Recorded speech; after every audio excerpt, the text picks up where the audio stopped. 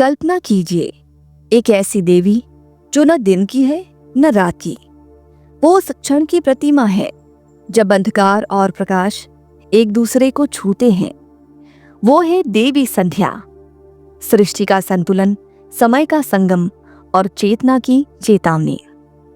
शास्त्र कहते हैं कि संध्या काल केवल समय नहीं है, वह एक ऊर्जा है।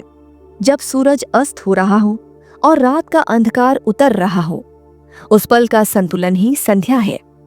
इसीलिए संध्या के समय दीपक जलाया जाता है।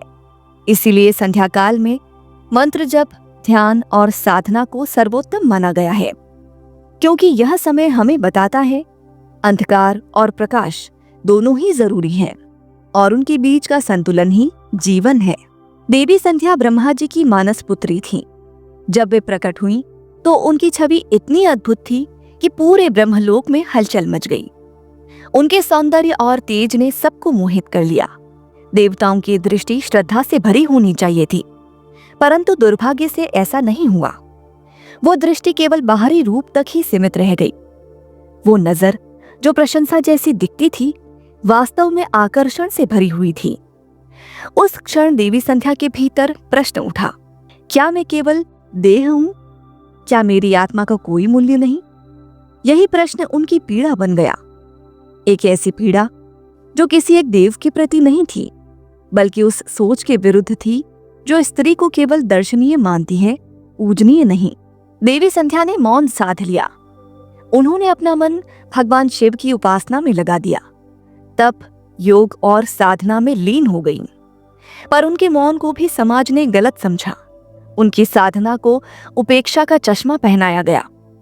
स्त्री तो मौन रहती है, सह लेती है, झेल लेती है। यही सोच उनके चारों ओर घूमती रही। लेकिन वे भूल गए, जब स्त्री मौन तोड़ती है तो उसका स्वर पूरे ब्रह्मांड को हिला देता है। और तभी देवी संध्या ने पहला श्राप दिया। पुरुष कभी भी अकेले संतान को जन्म नहीं दे पाएंगे, क्योंकि जीवन देना, गर्भ धारण करना, पीड़ा सहना, ये केवल प्रकृति नहीं, एक तपस्या है। क्योंकि जीवन देना, गर्भ धारण करना, पीड़ा सहना, ये केवल प्रकृति नहीं है, एक तपस्या है। यह शक्ति स्त्री को वरदान स्वरूप मिली है। सोचिए, 9 महीने गर्भ में बच्चे को रखना, हर पल उसकी सांसों को महसूस करना, प्रसव की पीड़ा सहना, ये केवल एक शारीरिक क्रिया नहीं है, ये एक आध्यात्मिक यात्रा है। इस श्राप का मतलब दंड नहीं था, यह पुरुषों को सीमित करने के लिए भी नहीं था, बल्कि स्त्री की मातृत्व शक्ति को दिव्यता देने के लिए था। याद दिलाने के लिए था कि जीवन देना केवल प्रकृति नहीं, तपस्या है। दूसरा श्राप, काम विचारों का बंधन। लेकिन देवताओं का दृष्टिकोण नहीं बदला। हर बार स्त्री के रूप को सराहा गया, पर उसकी आत्मा को कोई समझ न सका। और तभी देवी संध्या ने दूसरा श्राप दिया, पुरुष सदा काम विचारों से ग्रस्त रहेंगे, ताकि जब जब उनकी दृष्टि भटके तो उन्हें स्मरण रहे कि स्त्री केवल देह नहीं है, बल्कि आत्मा है, वो शक्ति है, तप है। ये श्राप दंड नहीं था, बल्कि चेतावनी थी। स्त्री को देखने से पहले उसे समझो, उसके त्याग, उसकी शक्ति और उसकी पीड़ा को महसूस करो। आज भी सोचिए, फिल्मों में, विज्ञापनों में, सोशल मीडिया में स्त्री को सबसे पहले रूप से ही आंका जाता है। देवी संध्या का दूसरा श्राप जैसे हमें हर युग में झकझोर कर याद दिलाता है कि स्त्री को केवल देखा मत करो, उसे समझो भी। तीसरा श्राप, स्त्री की संकल्प शक्ति। एक बार कुछ देवताओं ने उनकी तपस्या की परीक्षा लेने का प्रयास किया, पर वह परीक्षा श्रद्धा की नहीं, उपहास की बन गई। और तभी देवी संध्या ने तीसरा श्राप दे दिया, पुरुष की शक्ति केवल उसकी अपनी नहीं रहेगी।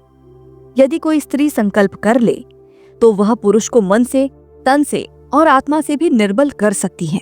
ये श्राप भी कोई विनाश का आह्वान नहीं था, बल्कि एक उद्घोष था। स्त्री केवल गृहिणी नहीं, केवल दर्शनीय नहीं, वह त्रैलोक्य को बदलने की सामर्थ्य रखती है। उसका संकल्प, उसके आशीर्वाद या उसके श्राप से संसार का संतुलन बदल सकता है। इतिहास गवाह है, सीता के संकल्प ने रावण के साम्राज्य को मिटा दिया। द्रौपदी की प्रतिज्ञा ने महाभारत का युद्ध खड़ा कर दिया। और मां दुर्गा की शक्ति ने महिषासुर जैसे दानवों का अंत किया।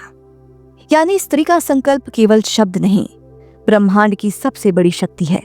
अब सवाल ये है कि देवी संध्या की ये 3 श्राप थे क्या? दंड? नहीं, ये दंड नहीं थे, ये तो आईने थे। एक ऐसा आईना जिसमें पुरुष समाज अपना चेहरा देख सके, जहां स्त्री को केवल देखा न जाए बल्कि समझा जाए, जहां उसकी पीड़ा को अनदेखा ना किया जाए बल्कि पूजा जाए। देवी संध्या शिव की उपासिका थीं, लेकिन वे स्वयं भी एक संधि थी, तप और क्रांति के बीच। और तभी से हर संध्या बेला में दीपक जलाने की परंपरा बनी, क्योंकि उसी क्षण एक स्त्री ने अपने मौन को जागृत चेतना में बदला था। हर दीप हमें याद दिलाता है कि अंधकार और प्रकाश के बीच का संतुलन ही जीवन है। तो अब मैं आपसे पूछती हूँ, क्या आपको लगता है कि देवी संध्या के श्राप आज भी हमारे समाज में कहीं ना कहीं जीवित हैं?